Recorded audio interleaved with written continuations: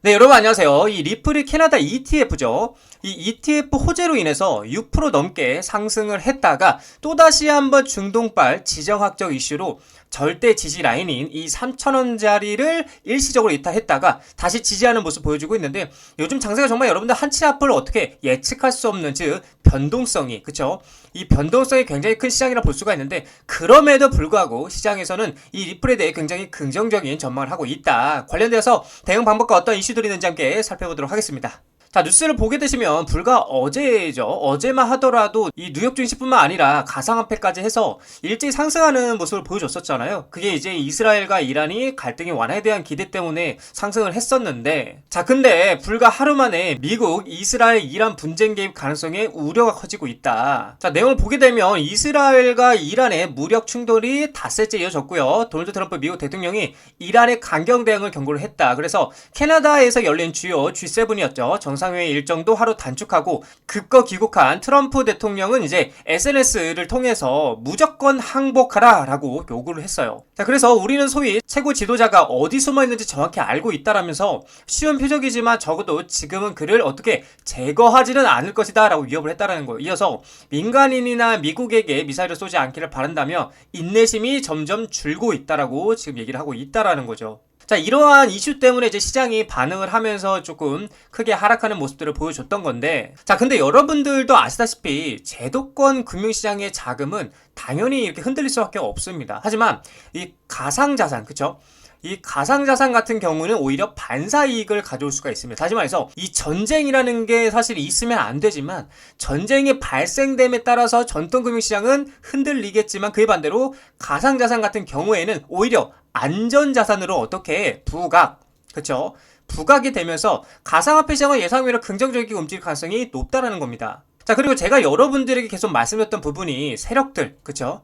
이 세력들이 가장 빠르게 주가를 폭락시키고 저가 매수를 들어갈 수 있는 재료와 모멘텀은 전쟁 이슈, 즉 지정학적 이슈라는 거예요. 그래서 현재 저의 관점은 세력들은 역사적 신고가를 가기 위해서 이 롱 포지션을 대거 청산하고, 그쵸? 대거 청산하고 말아 올리기 위한, 이렇게 말아 올리기 위한 세력들의 장난질이라고 보여지는 관점이다라고 말씀을 드릴 수 있을 것 같아요. 자, 그리고 또 중요한 이슈가 뭐예요? 미 SEC, 프랭클린, 템플턴, 솔라나 및 XRP ETF에 대해서 검토가 연장이 됐다는 내용인데, 자, 내용을 보게 되면 SEC가 프랭클린, 템플턴의 이제 솔라나 그리고 XRP 현물 상장 지수 펀드 ETF 제안에 대한 검토 기간을 연장했고요. SEC는 제안서들에 대한 추가 분석이 필요하다고 판단을 해서 새로운 결정 기한을 설정했다라고 얘기를 하고 있어요. 자, 그러면서 SEC는 해당 ETF 제안서가 시장 보호 및 규정 준수 문제를 얼마나 충족하는지 평가하는 과정을 포함해 검토 기간을 2025년 가을까지 이어가기로 했다고 지금 얘기를 하고 있는 거예요. 그러니까 한 3분기, 9월달, 그쵸? 이 9월달 정도까지 좀 예상을 해볼 수 있겠죠. 해서 프랭클린 템플턴의 제안한 솔라나 이제 XRP 현물 ETF에 대해 SEC의 결정이 연기가 됐고, 당초 이제 2025년 중반까지 결정이 내려질 것으로 예상이 됐으나 이 검토 마감 기한이 연말로 늦춰졌다라는 거예요. 그래서 새로운 일정에 따르면은 XRP ETF의 검토 마감 기한은 2025년 11월로 설정이 됐고요. 솔라나 ETF의 검토는 같은 해 10월에 마무리가 될 예정이다라고 얘기를 하고 있는 겁니다. 자, 그러면서 이번 연장은 SEC의 포괄적인 검토 절차의 일환이고요. SEC는 제한된 ETF들이 증권거래법에 규정된 규제 표준을 준수하는지 면밀히 검토하기 위한 추가 시간이 필요하다라고 얘기를 했고요. 이는 신중한 절차적 조치이며, 자, 여기 중요합니다. 부정적 결론을 예고하는 것은 아니라는 점을 강조했다라고 얘기를 하고 있어요. 자, 그래서 팩트만 말씀드리면 결국 알트코인 불장, 우리가 지금 바라고 있는 이 알트코인 불장은 가을에 온다라고 말하고 있는 겁니다. 혹은 연말까지도 연기가 될 수가 있다. 그래서 여기서 말하고 있다시피 정말 중요한 부분이 이거예요.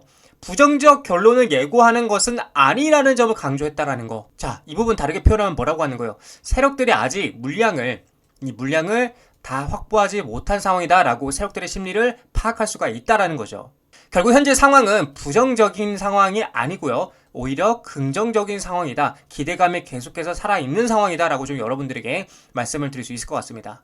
자, 그렇다 보니까 이미 세력들과 고래들은 이걸 알고 분주하게 움직이고 있는 모습들을 보여주고 있는데, 리플 XRP는 써봤어? 이러면서 글로벌 대기업들이 이 XRP에 대해서 재무 다각화를 하고 있다. 그래서 올 하반기에 XRP가 투기 자산을 넘어서 고효율 유동성 도구로 보상할 것이고요. 4억 7,100만 달러 규모로 투자 포착을 했고 기업 재무관리 패러다임에 대한 변화가 예고되고 있고 속도 빠르고 비용도 저렴해 규제 명확성 확보로 기관 투자들에게는 너무나도 매력적인 이 XRP다라고 지금 얘기를 하고 있어요.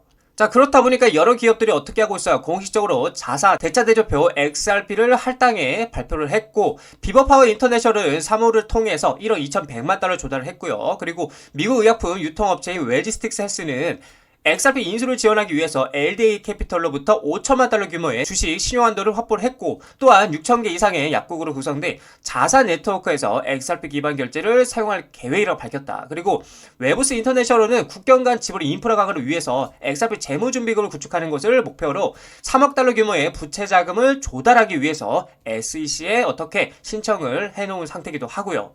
그렇다 보니까 메사리는 기업이 XRP 재무준비금에 할당할 총 금액이 현재 얼마예요? 4억 7,100만 달러를 넘어섰다고 분석하고 있다라는 거죠. 돈의 흐름, 이 돈의 흐름, 그리고 뭐예요? 또 수급, 그쵸?